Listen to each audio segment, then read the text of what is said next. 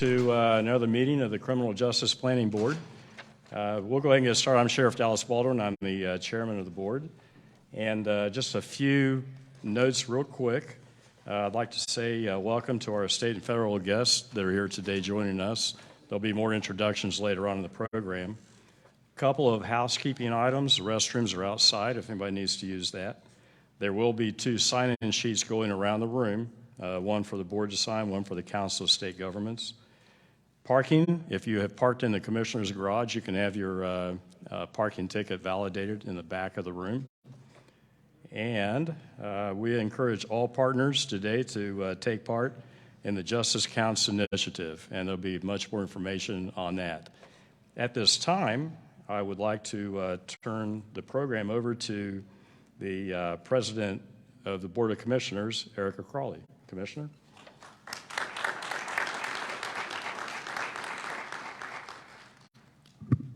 Thank you so much, Sheriff. And good afternoon, fellow Criminal Justice Planning Board members. Good afternoon and welcome to the U.S. Bureau of Justice Assistance Department, the Council of State Governments, and Ohio's Director of Department of Public Safety, Tom Stickrath. Welcome to Franklin County for this auspicious occasion, the kickoff of the U.S. DOJ Justice Counts Initiative. I want to acknowledge the determined work of Director Rochelle Pride, Chief Operating Officer Melissa Pearson, and the capable staff of the county's Justice Policy and Programs Office. And you will hear more from them later on today, but you all can raise your hands. Everybody should know who you are.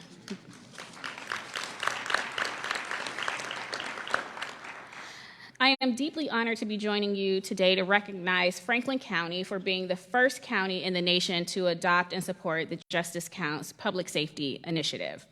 We hope to serve as an example for other state and local governments, offering a more up-to-date, accurate, and accessible data-driven partnerships between criminal justice agencies. It's no secret, as partners, leaders, and policymakers, we need a stronger justice system, data infrastructure to aid in decision-making while also keeping a watchful eye on mounting fiscal pressures. We know smart criminal justice practices promote public safety. In an ever-increasing, challenging environment to make critical decisions about the safety and civil liberties of residents, it's more important than ever we have a reliable, centrally located operating system throughout our justice systems. As leaders, we are grateful for the data you already voluntarily provide to other criminal databases, and we hope you'll collectively commit to participate in this easy-to-use and simple-to-understand data-driven opportunity.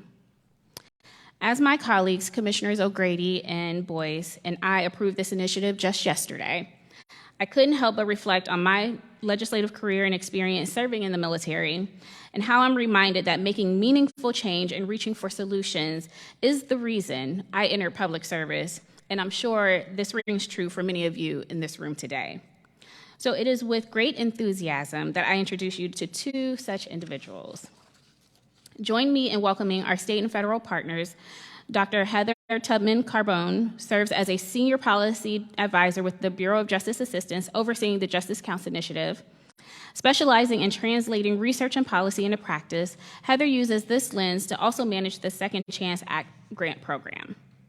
And Director Tom Stickrath needs little introduction, as most of you likely have already interacted with the director at one point or another in your career. Tom serves as director of the Ohio Department of Public Safety, and it's our understanding he will be convening a meeting with our state agency partners to discuss possible adoption of Justice Counts at the state level as soon as tomorrow. We are honored to have both of them with us today. And Heather, if you would join me up here, I will turn it over to you. Thank you all.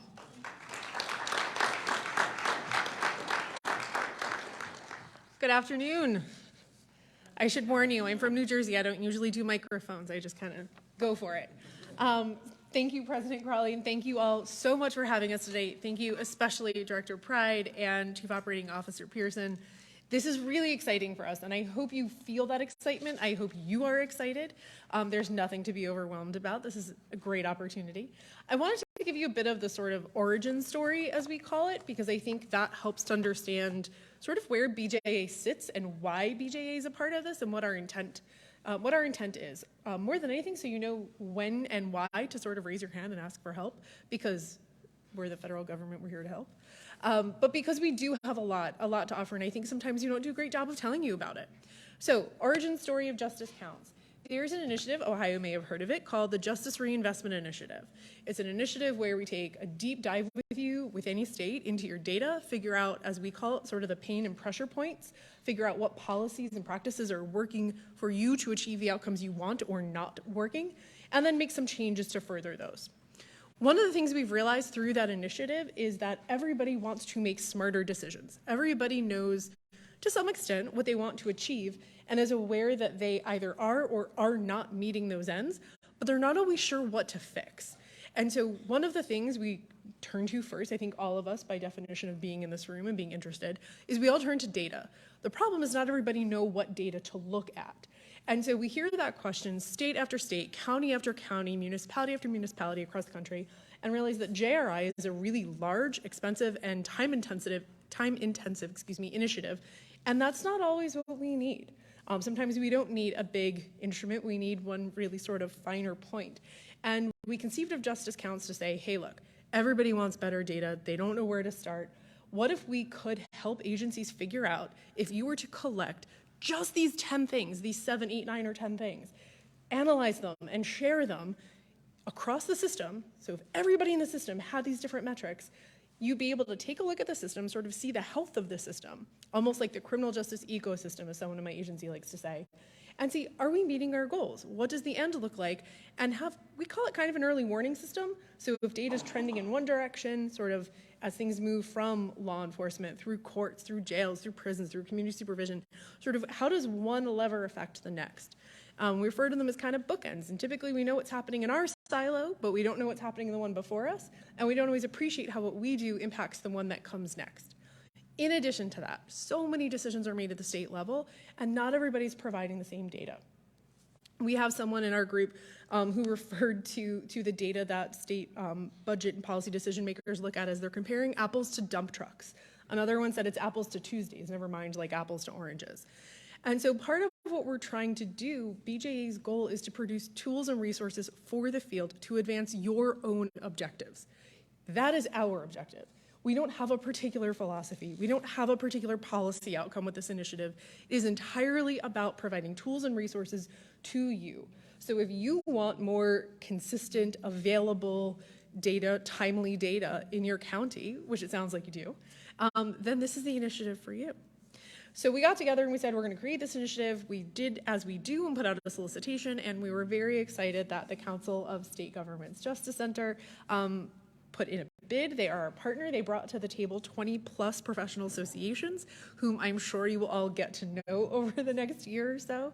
And then we got to work on putting together these metrics. And as you'll hear described in a few minutes by Ben and Katie, we think of this as by the field, for the field. We did not sit in a room and come up with a bunch of metrics and say, here's what everybody should be looking at. Instead, we got together, as you'll see depicted on slides a little bit later, a national steering committee of folks from all over the country who do the same work you do day in and day out to advise us on what is it that people are asking me for, the people who make those decisions at the state level. As a county level, what is it that I think they should be asking for? What am I able to provide? What do I need? And how do you get all that stuff in the same place? So we had 7 working groups across each sector of the system, as you'll see in the presentation, and we came up with an initial set of metrics. We call them Tier 1. And now what we're doing is we're saying we've released these metrics, but we've got to put them to work. So we're looking for counties or localities and states across the country to raise their hands, as you did, and to say, hey, we want in.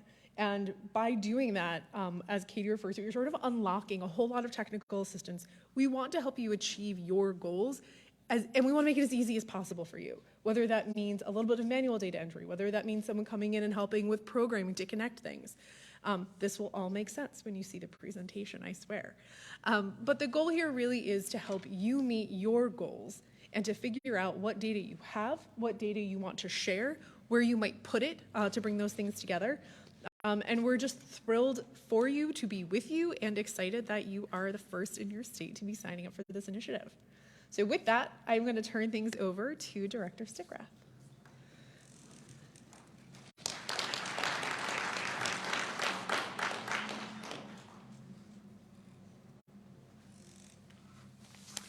Good afternoon, and thank you, Heather and Commissioner. I come before you today really wearing two hats. I'm, of course, Director of the Ohio Department of Public Safety for a few more weeks till I retire, and I'm also on the advisory board of the Council of State Governments Justice Center, also for another 2 or 3 weeks. In fact, I'm the last remaining charter board member of the advisory board of the Justice Center, and over all these years in that role, it's really been my pleasure to watch the Justice Center make significant contributions to Ohio's criminal justice system over these years through our work with mental health in the courts, justice reinvestment, offender reentry, stepping up, improving youth outcomes, and more. But really what I wanted to say briefly today is just a hats off to you, to Franklin County. You've been in the forefront of so many of these initiatives that I just named. In fact, Melissa, I think it was right in this room a few years ago, right, with then Attorney General DeWine, Justice Eve Stratton, Patrick Kennedy, we actually kicked off and you became a pioneer in the National Stepping Up Initiative. And so I just, again, salute Franklin County for the leadership role you've played in the past, present, and going into the future. And on a personal level, I can't say enough about the partnerships that I've enjoyed with Franklin County through my work with the state, whether it was at the Department of Corrections for many years, Director of Department of Youth Services, Superintendent of BCI, and now at Public Safety. Franklin County has been a great partner. I look across the room, and obviously, the sheriff's been there every time we've needed him, so active across the state.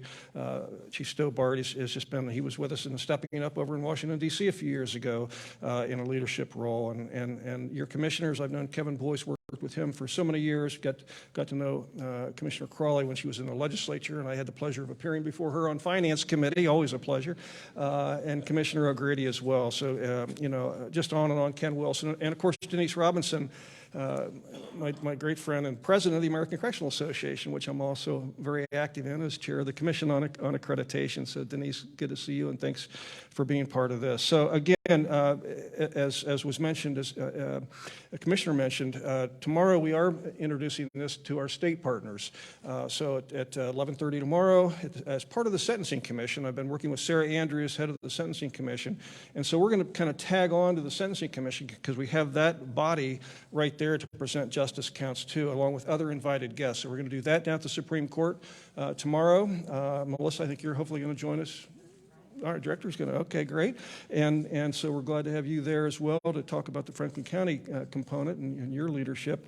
And then we're meeting later in the day with folks like OCJS and Director Annette Chambers-Smith will be in my office, and we're going to have some one-on-one with her because I think DRC will play an important role with all the data they have. So again, thank you for being leaders yet again. Thank you for inviting me to be part of this exciting event, and I wish you the very best. Thanks so much. Thanks.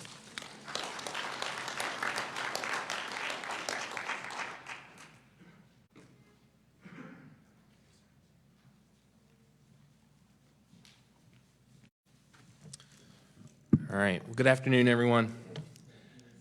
My name is Ben Sheeler. I'm a Deputy Program Director at the Council of State Governments Justice Center. Just while I pull up our slide deck here, if you will allow me a moment of personal privilege. This is a full circle moment for me. Prior to coming to the Council of State Governments Justice Center about 7.5 years ago, I actually worked for the American Correctional Association. Got to know Denise Robinson very, very well. Got to know a number of other folks very well. When I decided it was time to leave ACA, I sought the counsel of a few folks. One was Gary Moore, who I'm sure many of you know, and another was Tom Stickrath. And Tom said, I will help you do whatever it is you want to do. You can do anything you want to do, but do me one favor, meet with this guy, Mike Thompson, at the Council of State Governments Justice Center. And I said, fine, Tom, for you, I'll do it. And 7.5 years later, here I stand, still here. So it's an honor and a privilege to be in the room with Director Stickrath. I know he will be greatly missed in his position as well. But really excited to be here in Franklin County this afternoon to talk about Justice Counts. You heard Heather do a quick overview of Justice Counts and this exciting federal initiative. Again, I'm Ben Sheeler. I'm with the Council of State Governments Justice Center and joined this afternoon by Katie Mosauer, our program director for Justice Counts, and I will turn the deck over to her here in a few minutes. Fortunately, you'll get rid of me and my Tennessee accent, so apologies.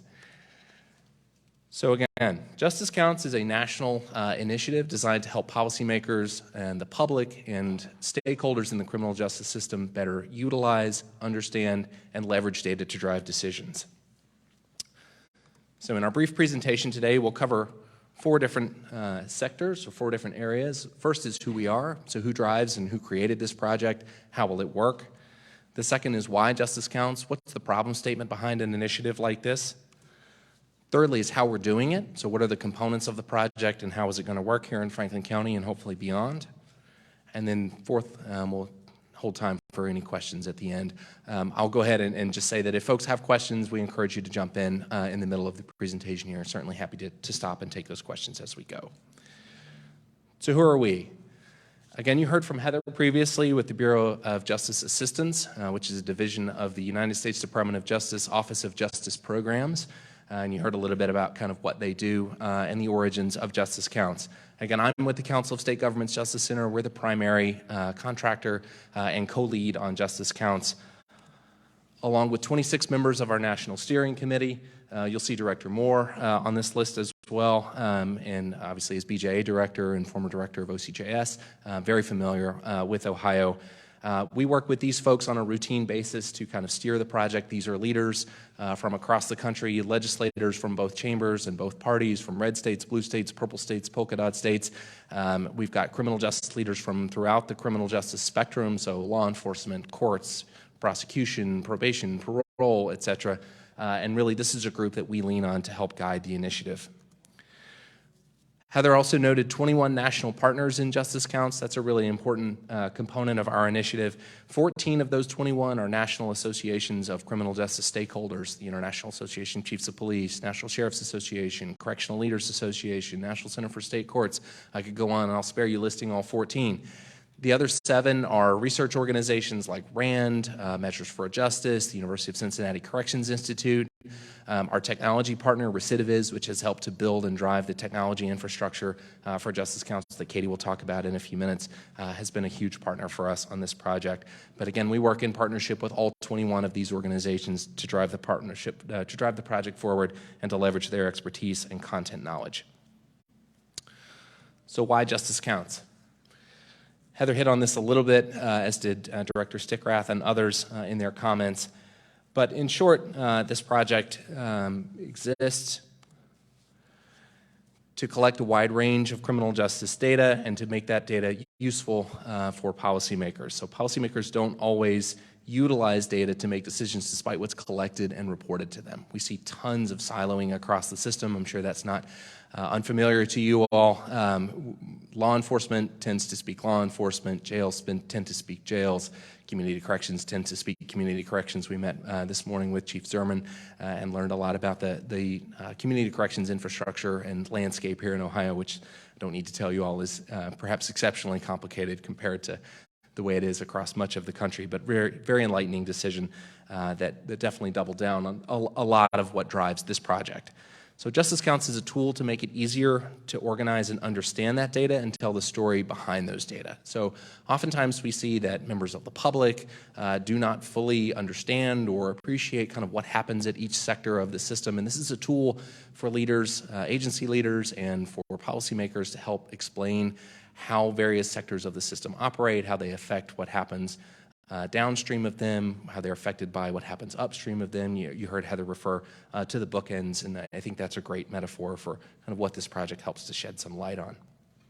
So this is an approach that will streamline and bolster proactive communication and make it easier to share data that are already frequently collected and requested by policymakers. So again, we know there's a ton of data that are collected by these agencies, but very little of it is made public, and what is made public is often made public in things like annual reports, so it's only coming out once a year. It's coming out in a very delayed fashion. It's buried in these long reports. We've seen reports from departments of corrections that are 60 or 80 or 100 pages long, and the one chart you're looking for is on page 77, and that's just not an effective way to share what is really critical information that can ground policy decisions.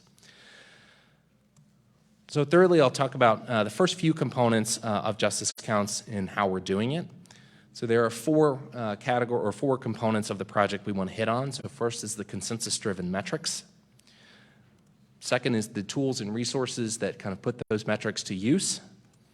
Thirdly is the technical assistance where we support states and participating localities like Franklin County in implementing those metrics. And then finally is how we utilize those metrics to kind of work with policymakers to put those metrics to use for policy decisions. So a few minutes on the metrics. You have in your packet there in front of you a copy of both the metrics matrix, try saying that 5 times fast. That is the, Katie's holding it up here, the fancy multicolored document that has, I think, 6 categories and 7 sectors. We'll talk a little bit about each of those, as well as a more advanced breakdown of the metrics. Katie's also holding that up. And again, we'll talk more about those here in just a few minutes. As Heather said, these are metrics created for the field, by the field. They were not created by CSG or by BJA. They were leaders and practitioners from across the criminal justice spectrum that sat and thought, I'm frequently asked this by policymakers, or as an agency leader, I want the public to know this. And that really is, again, what drove the creation of these metrics in 7 different subcommittees, specializing in each sector of the system. Those 7 sectors, as you can see in your documentation there, are law enforcement, prosecution, defense, courts and pretrial operations, jails, prisons, and community supervision. And if you take those 7 sectors, we stack those vertically in the matrix, and then the other axis are these 6 categories.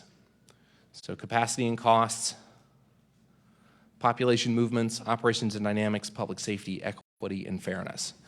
And they each exist to answer different questions about the criminal justice system or about that sector of the criminal justice system. So capacity and costs. How large and expansive is our system? How much are we spending? How much are we spending on staff? What's our budget? What's our expenditure? How many staff do we have? Population movements. In short, this is how many people are coming in and out at every sector of the system. Operations and dynamics. What's happening to those people at that sector of the system? Public safety is how is this sector of the system affecting our overall goal for the criminal justice system, which is to make for a safer community. Equity, how is our system treating people similarly or differently by race, ethnicity, and gender? And fairness, how is our system held accountable for treating people fairly? So again, if you take those 6 categories and the 7 areas, or 7 sectors, you can look across and look at all of these categories for prisons, for example, or for law enforcement or for prosecution or any of them, or you can look vertically kind of by category as well. Here's the completed matrix. Again, that's what you all have in front of you. We understand these are very high-level articulations of each of these metrics. There are 67 in total. There's no more than 11 per operational area or operational sector. And again, this was all an attempt in this first tier to make this really usable and helpful for policymakers. In defining these metrics, we started with a list of, I think, near 1,200 metrics that we brainstormed and kind of threw spaghetti against the wall. We narrowed them down to these 67. These 67 were those that passed a dual test of utility and feasibility. Is this useful for policymakers? Is this feasible for agencies to collect? And not just the big ones, but agencies across the spectrum. And so, again, that's how we ended up with these 67. We created a self-assessment, which is a tool that many folks in this room have utilized and leveraged to this point for agencies to understand kind of how their current data collection and sharing protocol stacks up against these metrics. On average, agencies in Franklin County that have taken the self-assessment can share more than 60% of the Tier 1 metrics. It's really good. Several agencies represented here in the room can share nearly all of them in real time. We spent some time this morning with Chief Stobart looking, for example, at the jail dashboard, and it satisfies a lot of the types of metrics that would be called for in justice counts in that jails category. So again, we have to make this real. We have to develop a suite of tools and resources for these metrics to become real for agencies and for localities and for states across the country. And to talk more about that, I'm going to turn things over to Katie.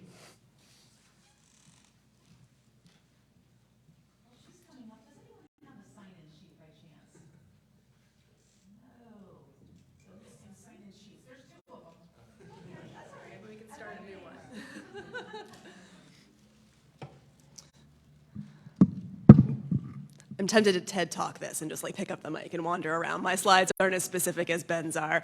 But thank you very much, everyone, for inviting us here today and for your interest in Justice Counts. My name is Katie Moshauer. As Ben and Heather mentioned, I'm a program director for Justice Counts. So I want to make this tangible for you. So that also means that your quiet time is over, and I would love for you to ask questions and steer me so that you get out of this meeting what you need to. I want to really explain a little bit about how this works and where the opportunity and customizations lie, but I want to make sure that your questions are getting answered so we can make sure that we're setting up the right conversations going forward. So the suite of tools really came out of a review of previous data initiatives that we did at the beginning of this project. We're not the first data initiative. I mean, ideally we're the last because we solve all the problems. But in case that doesn't happen, we wanted to figure out what can we borrow that has worked and what do we need to do differently.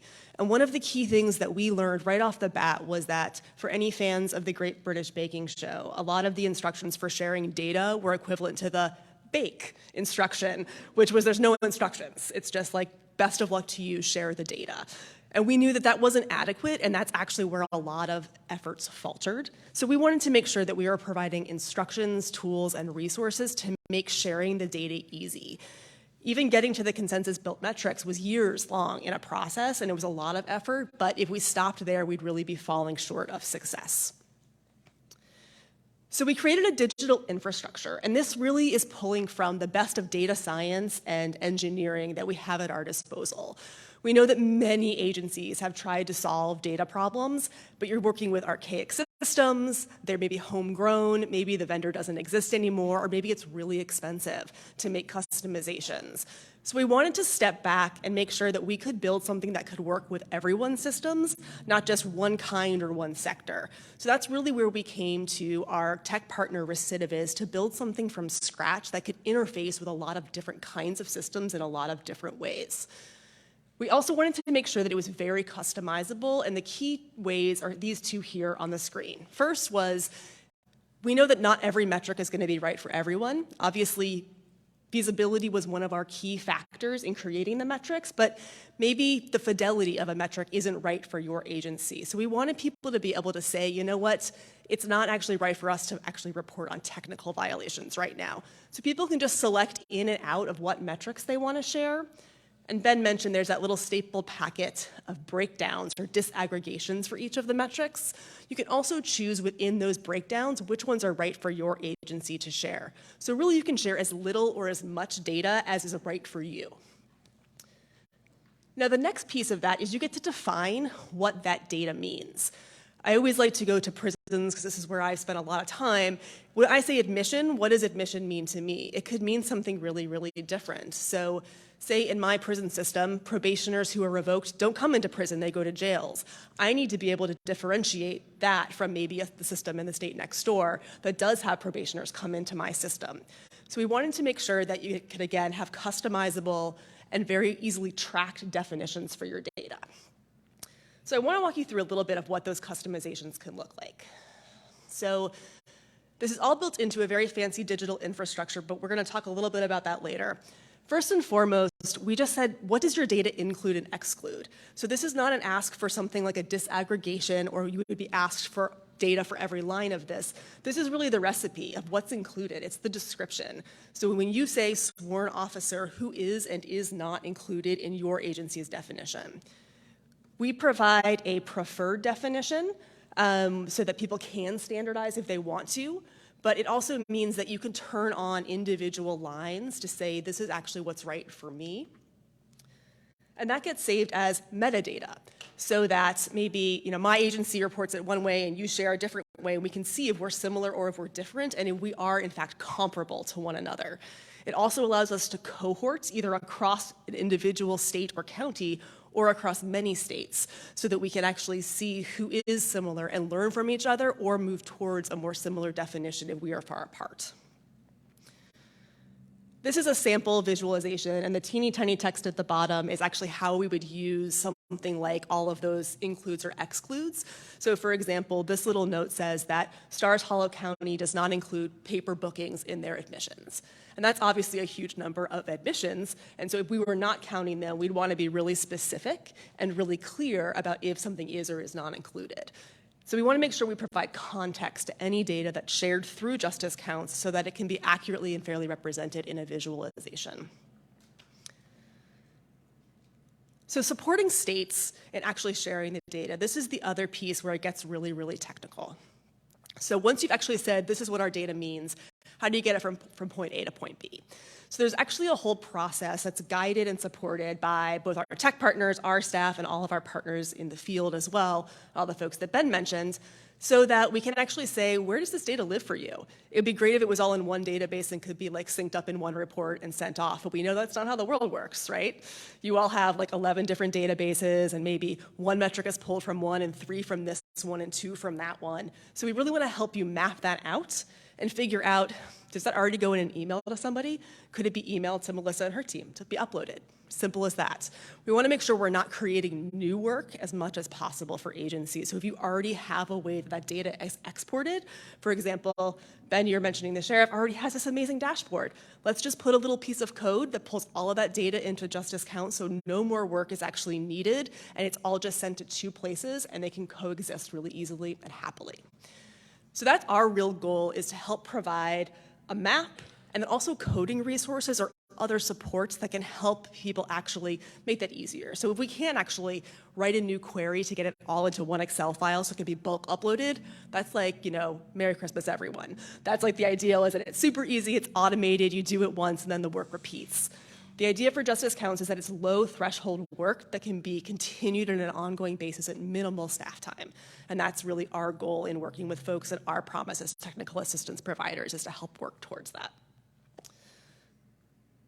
So the onboarding process has those 4 key steps. The first is just aligning on shared goals.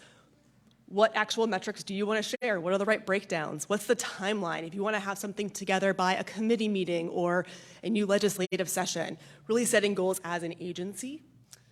Then really working through the configuration and the where does the data live, and actually having a series of conversations that are supported. And then also figuring out how you're going to share that data. Is it going to be emailed to an entity like JPP or uploaded automatically?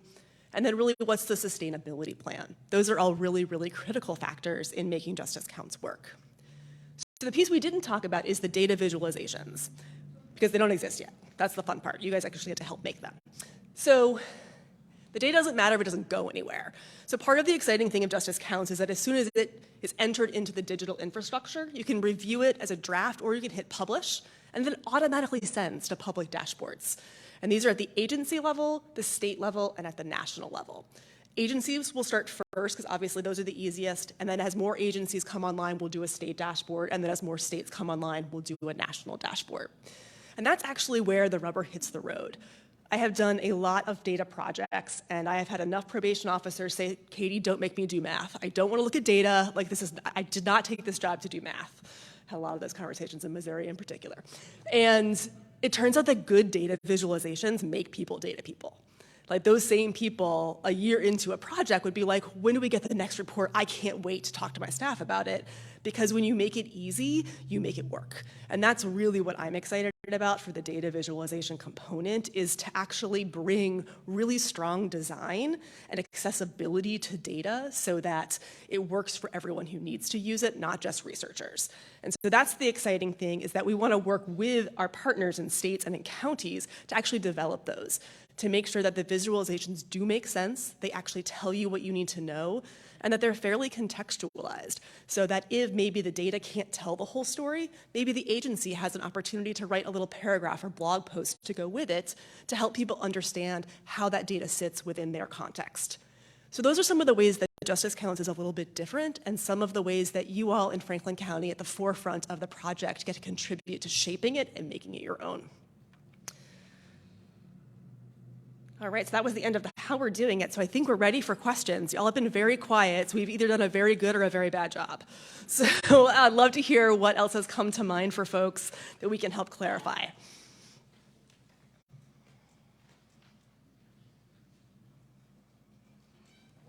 Okay, thank you. Save me.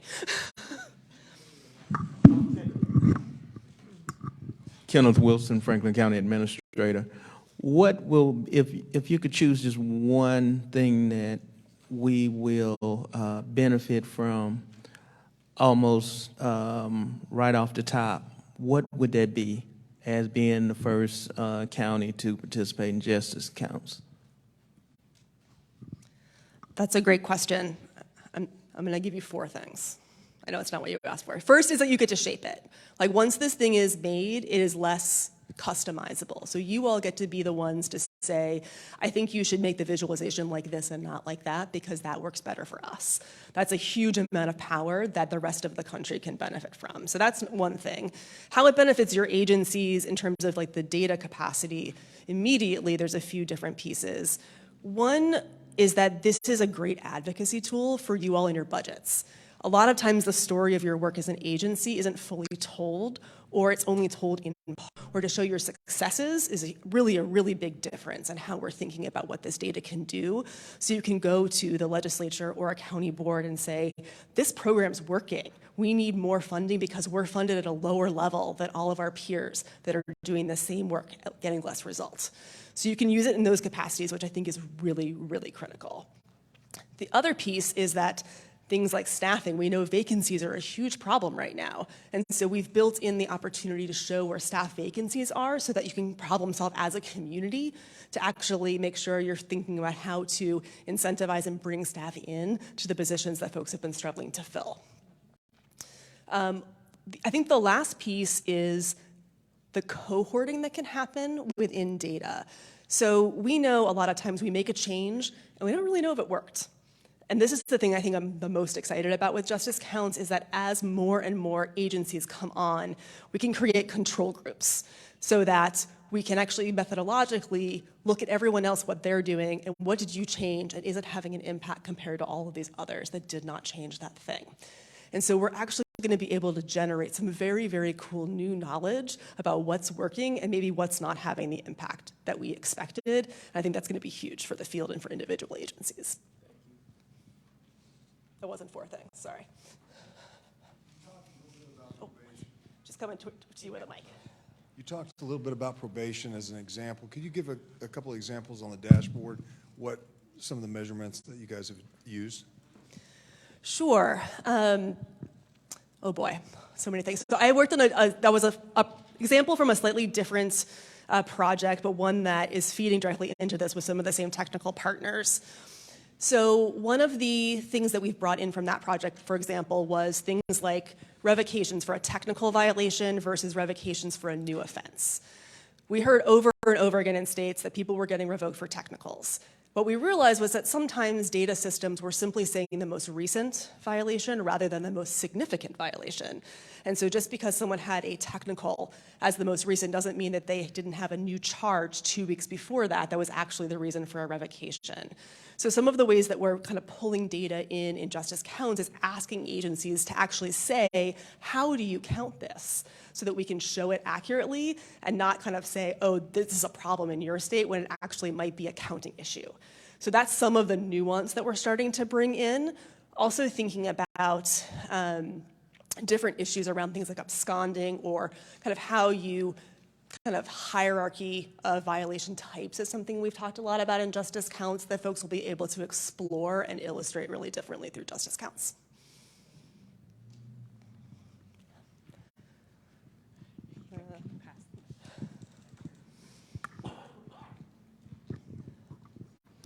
I had a couple questions. So I work in the Research Bureau at Ohio Department of Rehabilitation and Correction, so I live in data. And I'm just curious about what time frame are you talking about in terms of the data? We've recently really been building up our data warehouses, and whereas more historical data exists only in spreadsheet form, so sometimes there needs to be a transformation process that occurs, to merge old data with newer data, and then we have to have a person doing that manually. So how would you handle that type of situation, and over what time frame of data are we talking about? Yeah, that's a really great question. Thank you for that. So obviously, if we have some historical data, Justice Counts can be useful immediately. If we started from today and went forward, it would take a while. So we definitely want to be looking back. We're trying to figure out what that window is so that we have a universal set of data potentially. It's also negotiable. Again, it's one of those customizable pieces. I think part of the technical assistance we're thinking about is what help can we offer? If it's a bunch of Excel spreadsheets, do we just need to say, we're going to hire an intern and they're going to type all that in for you the first time?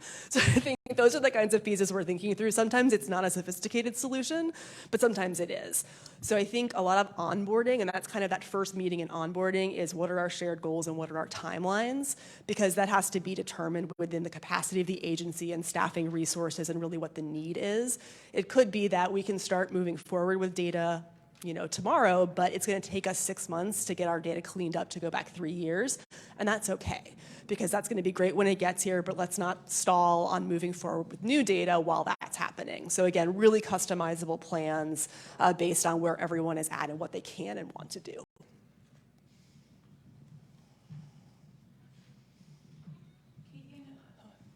I know one thing that we had talked about, and I talked to Ben early on, is that I felt like there was a missing piece related to behavioral health. Like, we've got our Adam H partner here, and I really feel like eventually that is probably a metric that we're going to want to see tied in. Do you envision that being something that the Council of State Governments will also be looking to do as well? Yes, that's a great question. So Heather mentioned that the metrics that we shared today, those are Tier 1. Tier 2 is currently in development. So Tier 1 was bound by feasibility and usability. So we found that a lot of the behavioral health metrics didn't feel as feasible as they needed to be in Tier 1. So a lot of those are being considered in Tier 2. So that's an important piece. There's also an opportunity for everybody in this room and the public to help shape that. There'll be a public comment period for Tier 2 where folks can say, yep, this looks like all the right metrics, or hey, there actually isn't enough behavioral health in this particular sector, and I'd like to see these 5 things. So there'll be an opportunity to help shape that tier and make sure that it kind of speaks to the broadest audience that it can. I don't know where the other mics went. Oh, you got it. Okay. Thank you for this. Number one, I just wanted to say thank you, but I'm a data fanatic, so this kind of thing really stokes me. But however, though, I'm noticing that there is, for those of us that run community corrections, that there's no data here, or we're not part of this. We're not probation, we're not parole, we are residential community corrections, and I don't know how we fit here. Yes, that is a great question and something that we've grappled with quite a lot. In community supervision, or like writ large, this was really challenging. So in under community supervision, and let me know if this is still not describing you accurately, we have probation, parole, other community supervision, and so your residential. So we basically would need to have like a residential, non-prison oriented column for that as well.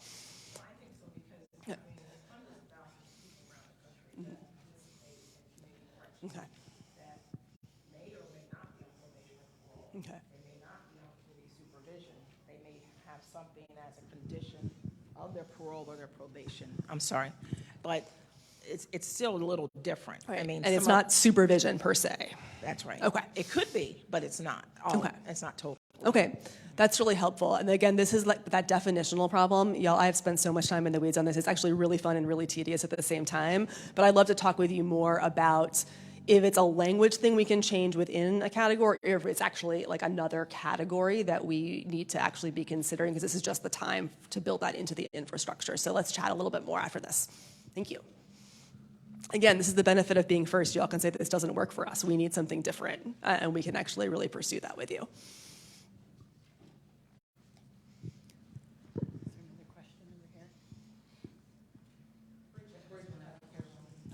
Oh, sorry. Getting your exercise. Right. I too love data, and just trying to visualize, you're talking about this, when the information is pulled from separate systems, it's de-identified, so you don't have personal information. Correct. So you have this robust database with all these factors, but you can never tie across, so I can't understand what's happening on law enforcement, how that kind of cascades throughout the whole outcome of the system. Correct. So this is not a fully connected follow an individual person. It's system flows. And I know there's a lot that you can do with individual person, framing through the system. That's not what this project is. But we do still believe that there's a lot that can be done with the system flow. And again, with that entrances and exits that Ben talked about, we are trying to determine in this circumstance, where does a person go, or where does a population go next, so we can get to some of that, if not all the individual circumstances.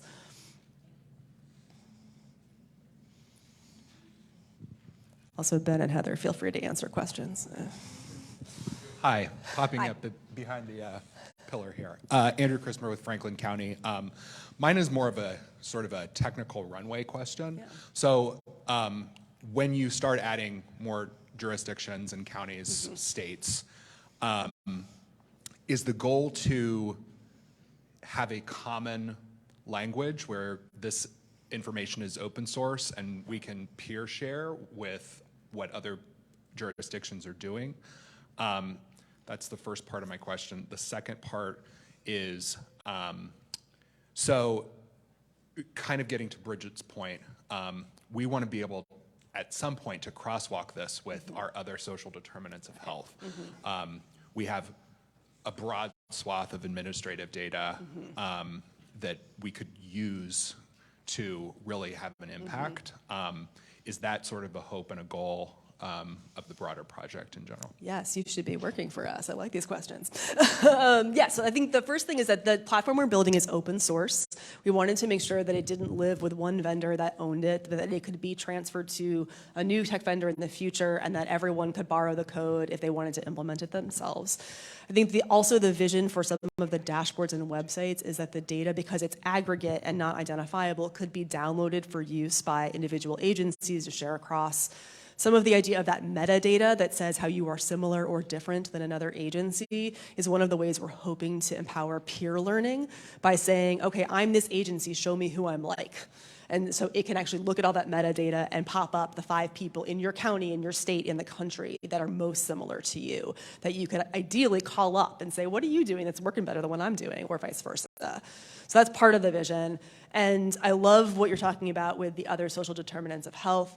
I know, Heather, we haven't talked about this yet, but we hope and dream that in the long term, we can leverage those other data sources so that we can start saying, well, what else impacts the criminal justice system? If employment goes down, do we see a trend that in X number of months, years, we start seeing criminal justice issues, and how do we actually get in early, whether that's education, foster care, any of those other pieces? And I know one of the partners that we're working with is going to be doing a little bit of methodological kind of background and support on how we might be able to bring those in as kind of a runway, as you were saying. Katie, if I may, just to jump in. So to one of the questions that was asked earlier around not case level or identifiable data, I think a key aspect to that, and part of the reason we zeroed in on aggregate data, was to avoid having to sign complex data sharing agreements that take lots of lawyers and lots of time. Again, if we're looking for, to build a system that is reliant on timely data, I think that's a really key component here, and the aggregate kind of non-identifiable component here helps us to address that. Thanks, Ben. And I have the second microphone, so if there are other questions, I'll bring it to you.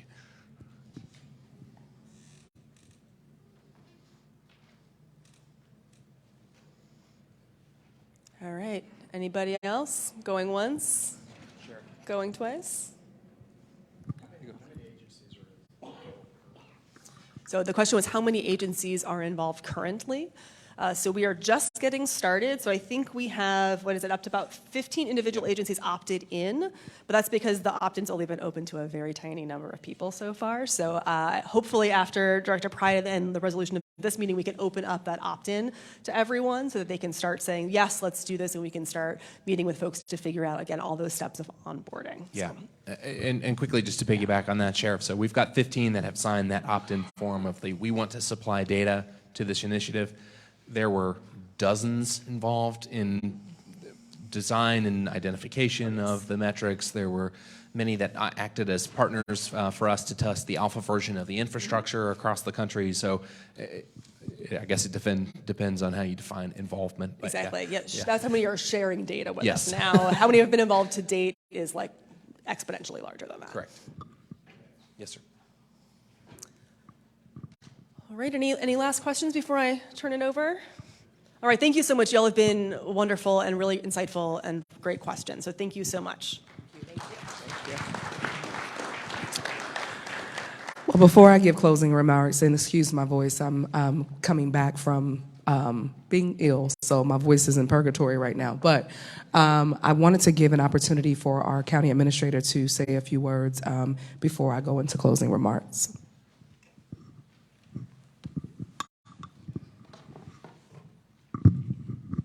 Thank you, Director Pride.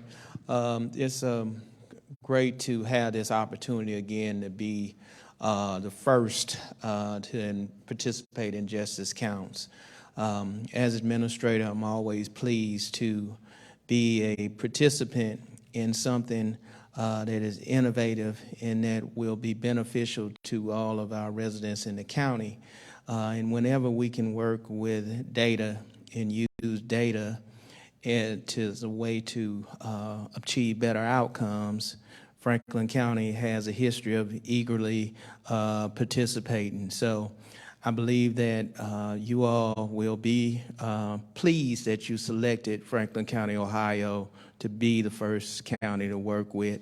And I also assure you that Team Franklin County is not shy, and they'll give you a lot of feedback to help you as you go through this process of refining this initiative. As Mr. Sheffer said, we were one of the pioneers in the Stepping Up initiative, and I think a lot of the things that we've learned during the process of being in the Stepping Up initiative and working in ways of diverting individuals with behavioral health and substance use disorders and other things away from our criminal justice system and being unnecessarily detained will be of value as well. And we are also working on a community information exchange, trying to get that off the ground, and I'm hoping that at some point those things will intersect and connect. So again, thank you for selecting Franklin County. Pleased to be here representing the Board of Commissioners, and we will be able to support this initiative with resources as well. Thank you. Thank you, County Administrator Wilson. So as we wrap up, I just want to give a few words. Thank you to the BJA and the Council of State Governments for being here today and for tapping Franklin County to be the first local entity to spearhead Justice Counts. Franklin County possesses a legacy of leadership and innovation, and this is well known across the country. We are grateful for the ask and excited about this continuing effort, and we hope to continue the work for every resident every day through Justice Counts. Thank you to our Board of Commissioners for their approval of Justice Counts initiative, as well as our county administration for their ongoing support. To the Criminal Justice Planning Board, thank you for being here today and for continuing to accept a seat at the table of justice. So far, you've received a step-by-step overview of this initiative, but the primary requirement for Justice Counts is a commitment to intentionality and a willingness to grow, which will allow us to see the impact of our justice ecosystem on some of our most vulnerable residents. This will also allow a real-time opportunity for us to see how we serve while addressing disparities, strengths, challenges, and room for improvement as a collective. In the packets that you have in front of you, you will see all of the supporting documents, the presentation that was presented to you today. You'll see the memorandum of understanding that we would ask each one of you to review, and we're going to set a deadline where we can tap back into you to be able to make sure that your agency has reviewed it if you have any questions. But we want to really get the ball rolling and being able to look at all aspects of this, as many of you have talked about in some of your Q&A, of how we can streamline this, how we can be intentional, how we can be more inclusive, and making sure that all are represented in what we're working to do with Justice Counts. So January 13th is the date that we have set. Okay, and come January 13th, for those that we have not received either the survey and the MOU back, we will simply just tap in and see again if there's any questions, any concerns, or anything that we can help support. And you again also have a copy of that resolution to review in tandem with that MOU. So really, in a nutshell, that is all that we had for you today. Again, I can't thank you all enough for being here. And last but not least, I want to thank our Office of Justice Policy and Programs, many of who are here today. We could not do the work that we do tangentially and in collaboration with many of our agencies without the rubber meeting the road and the work that you guys do all day, every day. So I thank you as a team. I thank you very much. So with that being said, if there are any questions, you guys are more than welcome to hang out to ask our folks before they leave us. And we, again, just thank you for being present. There are still many refreshments for you guys to take, so please take them. You can share them. We don't want to have to take anything back. So please feel free to indulge. And we thank you again for your presence today and your support.